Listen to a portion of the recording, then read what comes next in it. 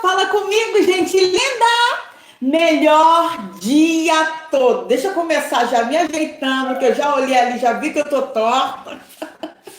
Melhor dia todo, gente linda, amados, escolhidos, sabe? Herdeiros, herdeiras, homens e mulheres valentes dessa graça. E aí, como é que tá essa semana? É o bom combate da fé, né? Então já sei que você tá daquele jeitinho igual a mim. Hoje eu tô, ó, quase a 400, mas com uma certeza, melhor dizendo, com uma convicção de que tudo nos está bem. Deixa eu arrumar aqui meu arranjinho, que a nossa querida irmã Edna fez. Depois eu vou falar um pouquinho sobre a nossa irmã Edna. Deixa eu agradecer a você por você ter deixado seus comentários no último vídeo, como eu me emocionei. Li cada um, eu sempre leio, coloca ali o meu ok, para você saber, entendeu? Que nós estamos ligados, hein? Distantes geograficamente, mas ligados no mesmo espírito. Então, muito obrigado por compartilhar um pedacinho de você também. E hoje não vai ser diferente. Nós, essa semana, eu e a Jaque conversamos e decidimos falar sobre gentileza e também sobre amizade. Sabe aquele tipo de amizade que nos leva para frente? Que nos leva para voos altos? Então, é sobre essa que nós vamos falar. Começamos falando, né? Aí ontem o nosso querido irmão Geraldo deu aquela forcinha também, mas hoje eu vou continuar naquela mesma linha de pensamento. Algumas amizades que não podem estar junto conosco. Por quê? Porque nós confessamos uma outra fé, um outro entendimento, melhor dizendo, o evangelho da graça de Deus. A graça de Deus chegou como um todo, salvou a muitos. Mas a graça de Deus ela é dividida como aquela que alcançou a muitos, que foi a salvadora, e a educadora, a qual nós abraçamos, nós somos promotores, embaixadores e embaixatrizes dessa fé que está em nós, que não é de agora, né? Que veio antes da fundação do mundo, e isso não é fácil. É a sã doutrina como modo de vida. É assim que nós acreditamos.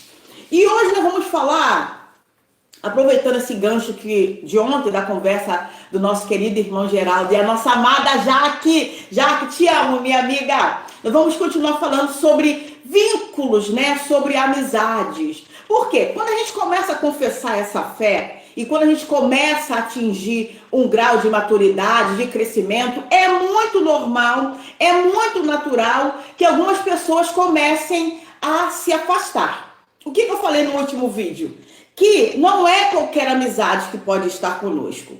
E quando a gente é despertado por Deus para falar sobre isso, é praticamente para que a gente venha ter essa sensibilidade, esse discernimento e ver quem a gente traz para junto de nós. Porque assim, quanto mais pessoas ao nosso lado para somar, para nos impulsionar para frente, claro que é melhor, né? Eu não posso agora, nesse patamar que nós estamos, de mesma fé, de mesmo entendimento, chamar um irmão para estar ao meu lado, um irmão que provavelmente nunca vai alcançar o entendimento que eu e você estamos chegando. Então, se eu pego esse irmão e coloco ele ao meu lado, eu posso até matar espiritualmente o meu irmão, porque ele não vai se encaixar na doutrina a qual eu fui chamada, na qual você foi chamado desde antes da fundação do mundo. E isso é um perigo eminente, porque nós temos aquela coisa de nos apegar, nós amamos muito. Quando eu iniciei essa minha caminhada longe do ministério a qual eu fiz parte 12 anos, o que aconteceu? Muitos irmãos me ligavam, muitas irmãs entravam em contato comigo, e eu lembro, né, porque assim, a gente sempre teve um grau de amizade muito, muito bacana, e isso me deu fez com que eu tivesse muitas amizades iam se achegando, pela forma que a gente tem, né, de amor, de amar, de cuidar. E aí, quando eu não estava mais fazendo parte das reuniões, Isso trouxe um abalo, né? As irmãs ligavam, Cris, o que que houve? Cris, cadê você? Algumas chegaram até aí na minha casa, e aí eu, com aquela sabedoria que Deus nos dá, Deus, ele coloca a sabedoria em nós. Eu falava, olha, eu acredito que até esses 12 anos, aprove ao Senhor me deixar ali, junto de vocês. Olha como eu cresci, como foi proveitoso. Só que agora eu acredito que Deus tem um outro patamar espiritual para mim. Eu preciso alcançar esse patamar, esse entendimento, e eu não vou poder alcançar esse patamar aqui. Nossa, mas isso da cabeça das irmãs, elas não entendiam de jeito nenhum. Mas isso também não afetou a minha convicção, o que eu acreditava. Então elas ligavam, Cris, eu reconheço a voz do meu Deus, eu conheço a voz do meu Senhor, e eu sei que eu não posso mais continuar aqui. E aí comecei essa caminhada na Vila Sarapuí, já tem 12 anos também. E assim, para você continuar nessa plena convicção, você tem que ter isso muito forte. Porque muitas pessoas vão ligar, vão falar, vão afrontar, vão até te xingar, e você tem que continuar mantendo a sua confissão de fé. Então, o que nós vamos fazer?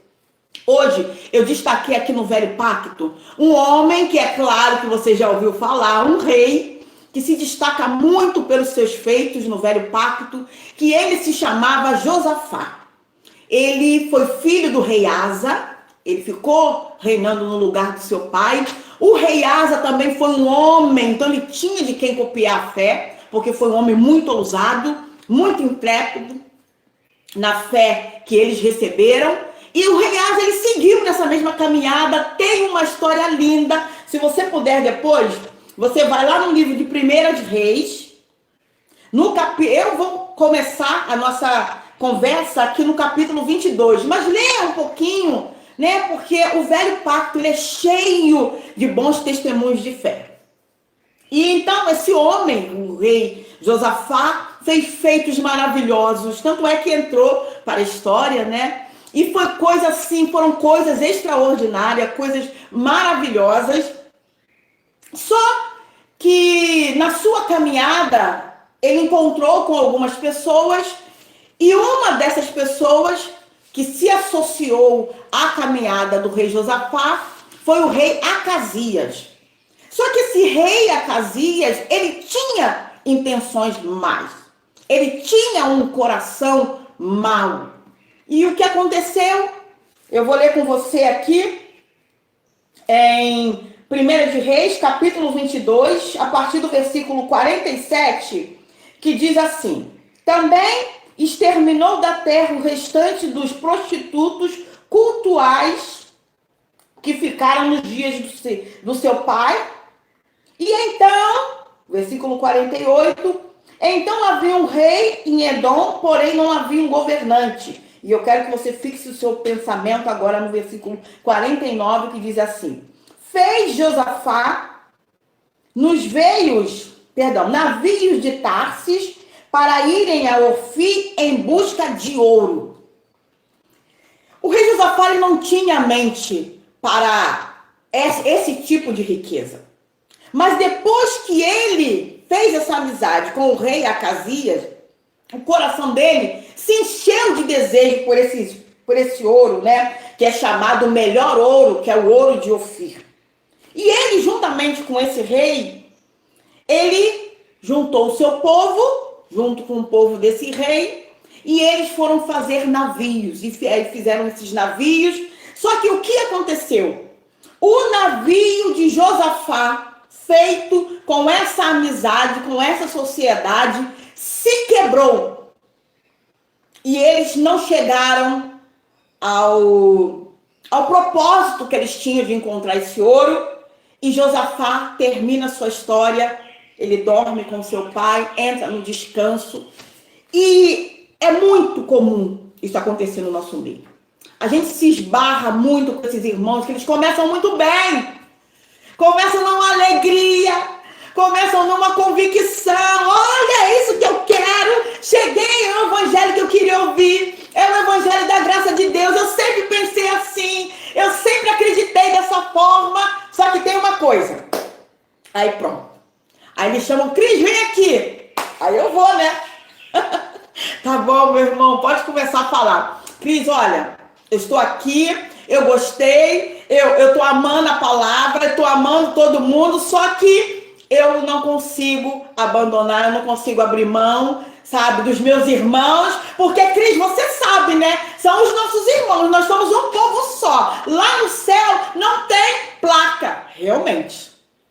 Você, meu irmão, minha irmã, você está certíssimo, certíssima. No céu não tem placa, nós somos um povo só. Aba, Pai, por isso. Glórias a Deus pelo seu entendimento. Só que aqui, nessa participação humana, com manifestação divina, há essa separação por entendimento. Não é que nós vamos nos separar dos nossos irmãos, não é isso. Só que o entendimento é qual? O Senhor te separou desde antes da fundação do mundo. E depois nós vamos falar sobre isso.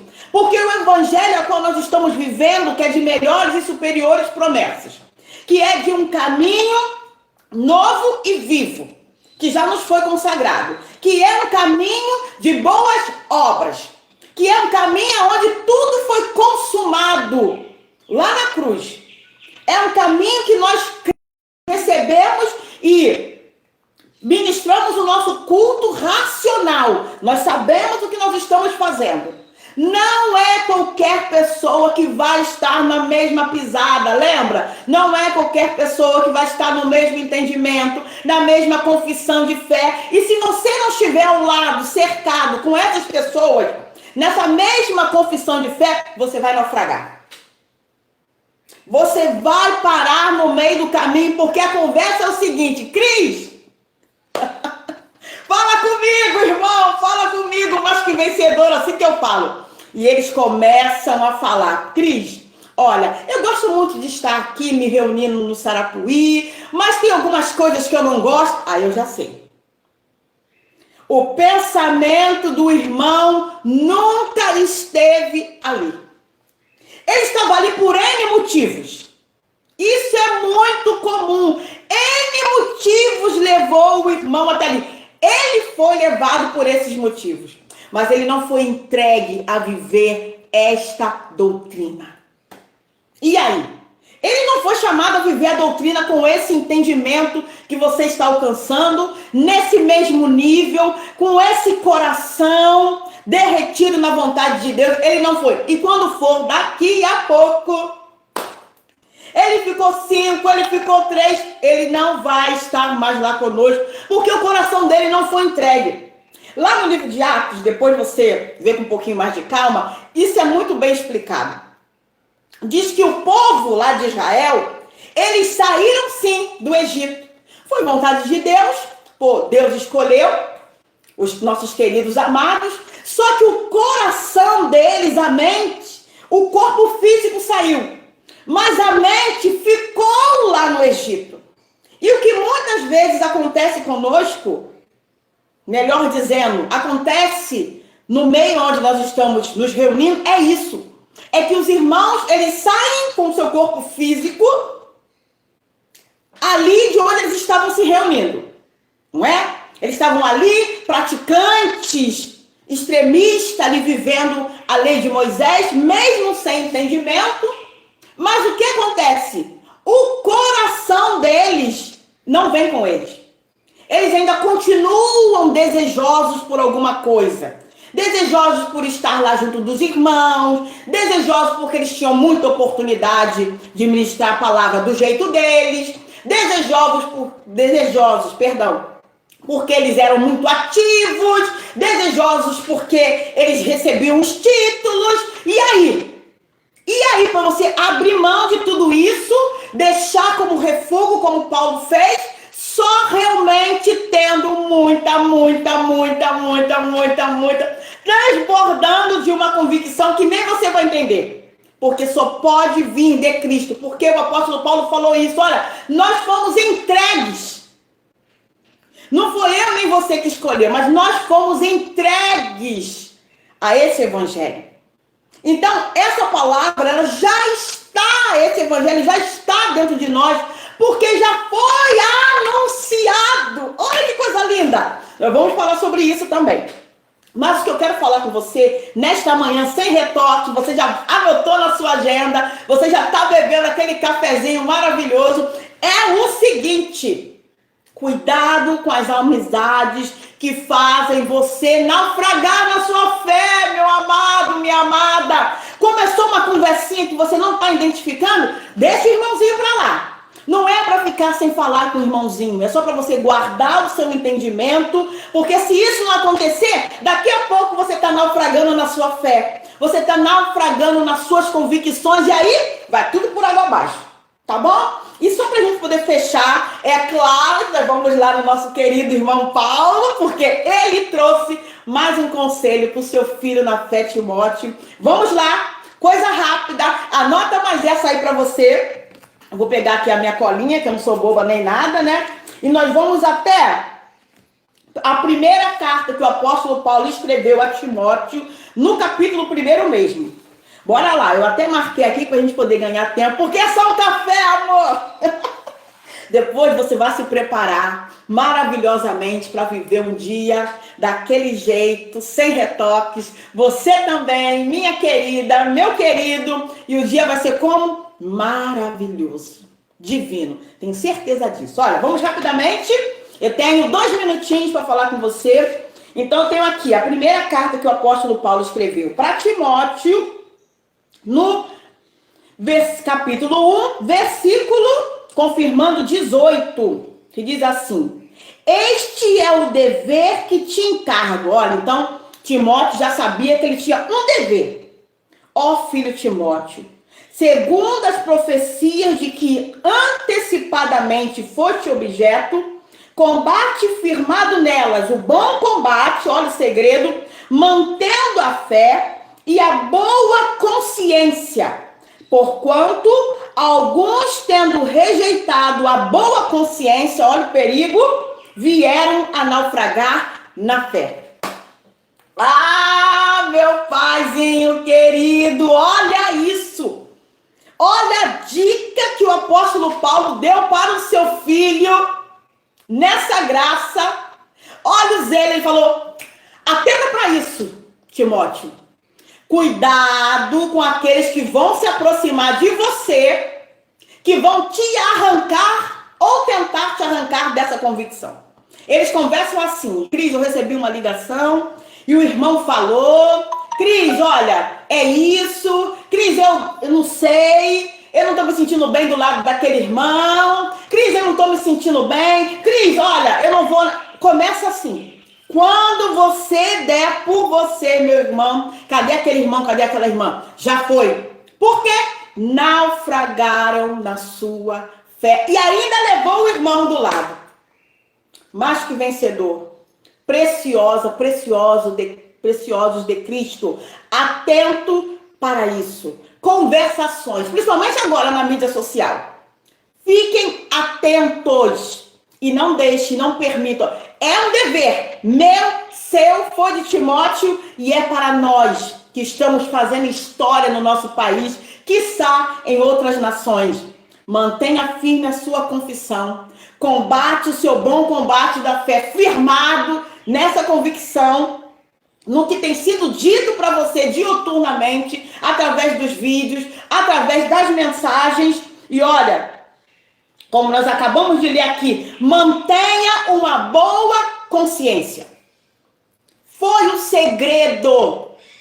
A amizade que estiver ao seu lado, ela precisa ter a mesma boa consciência que você. O segredo é esse. Lá no caso de Josafá, com o rei Acasias, a consciência de Josafá foi totalmente manipulada. Olha, a gente precisa de ouro. Cara, lá naquele lugar tem muito mais ouro. E ele foi e naufragou. Acabou ali o ministério de Josafá. Mas não será assim com você nem comigo, porque nós temos uma plena convicção que nos enriquece. E olha o que aconteceu com Timóteo. Timóteo foi bem sucedido, eu tenho certeza disso. Por isso nós estamos aqui, tá? Porque ele guardou a sua consciência. Ele não deixava que nada diferente vinha penetrar na sua mente, no seu coração. A convicção de entendimento que ele recebeu do apóstolo Paulo era o que ele ia imitar, era o que ele ia fazer. E assim, é claro, ele não ia naufragar na sua fé. Então, o recado dessa manhã é esse: mantenha a sua confissão, a sua boa consciência, e com certeza você não vai naufragar na sua fé. Amizades! Amo você, meus amigos, minhas amigas de Cristo, longe de perto. Exalto e glorifico o nome desse Deus maravilhoso, desse Cristo ressuscitado, que nos uniu numa única fé. Por isso nós não vamos naufragar.